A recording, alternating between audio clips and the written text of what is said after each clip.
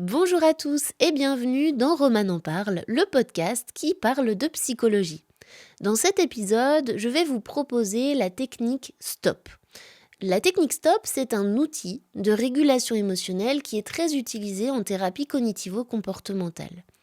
Elle est simple, accessible et particulièrement efficace pour éviter les réactions impulsives, notamment lorsque la colère ou l'irritation commencent à monter. Son objectif est assez clair, interrompre l'escalade émotionnelle, comme appuyer sur pause avant que la réaction ne prenne le dessus par exemple. Elle permet de reprendre le contrôle lorsque l'impulsion menace de l'emporter sur la raison ou la rationalité. Stop agit directement sur le fonctionnement du cerveau en situation de colère. Lorsque l'émotion monte, le cerveau bascule dans un mode automatique, laissant la partie émotionnelle décider à la place de la partie rationnelle de la raison. La technique STOP réactive le pilotage volontaire, comme si on reprenait les rênes.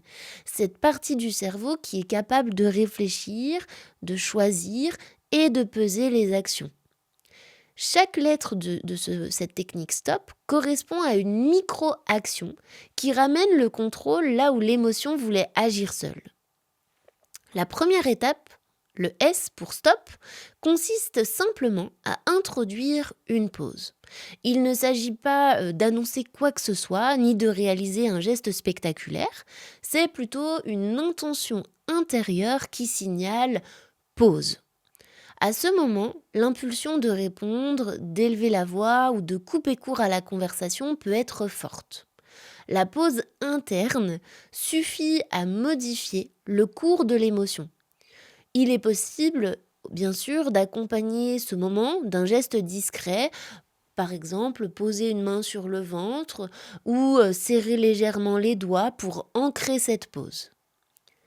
Vient ensuite le T de stop, pour take a breath, en anglais, qui veut dire prendre une respiration.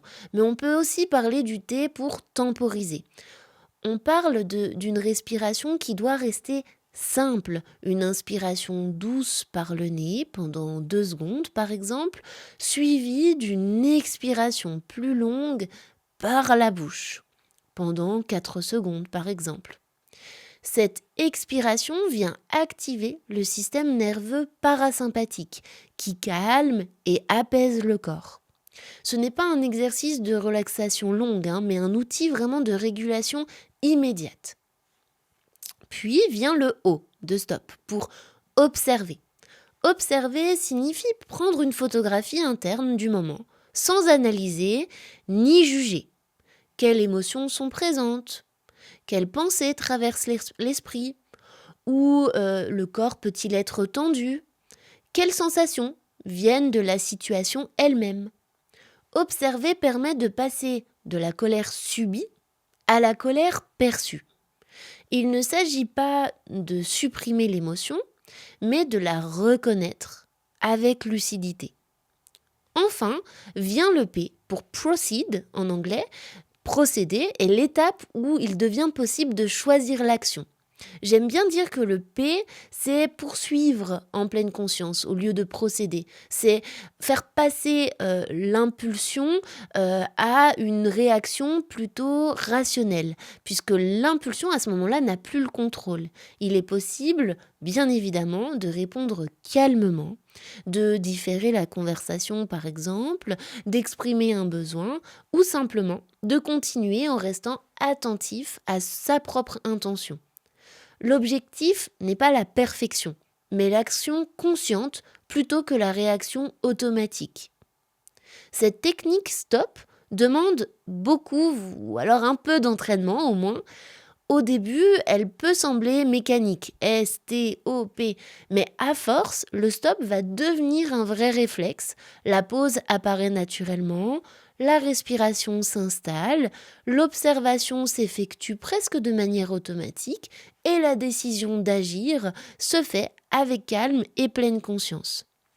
C'est précisément à ce moment que le changement se produit. Stop n'est pas conçu pour supprimer ou réprimer la colère, ni même pour la minimiser. Elle ne sert pas à se taire ou à ravaler une émotion. Au contraire, elle permet de l'exprimer de manière juste et adaptée. C'est un outil d'apaisement, mais surtout c'est un outil d'assertivité. Être ferme sans escalade de violence. Dire non sans crier. Poser un besoin sans blesser. Stop ne fait pas disparaître la colère, j'insiste vraiment là-dessus. Elle redonne la liberté de décider ce qu'il convient d'en faire. Apprendre à accueillir sa colère sans la subir ni la déverser, c'est important. Et le stop permet de faire ça.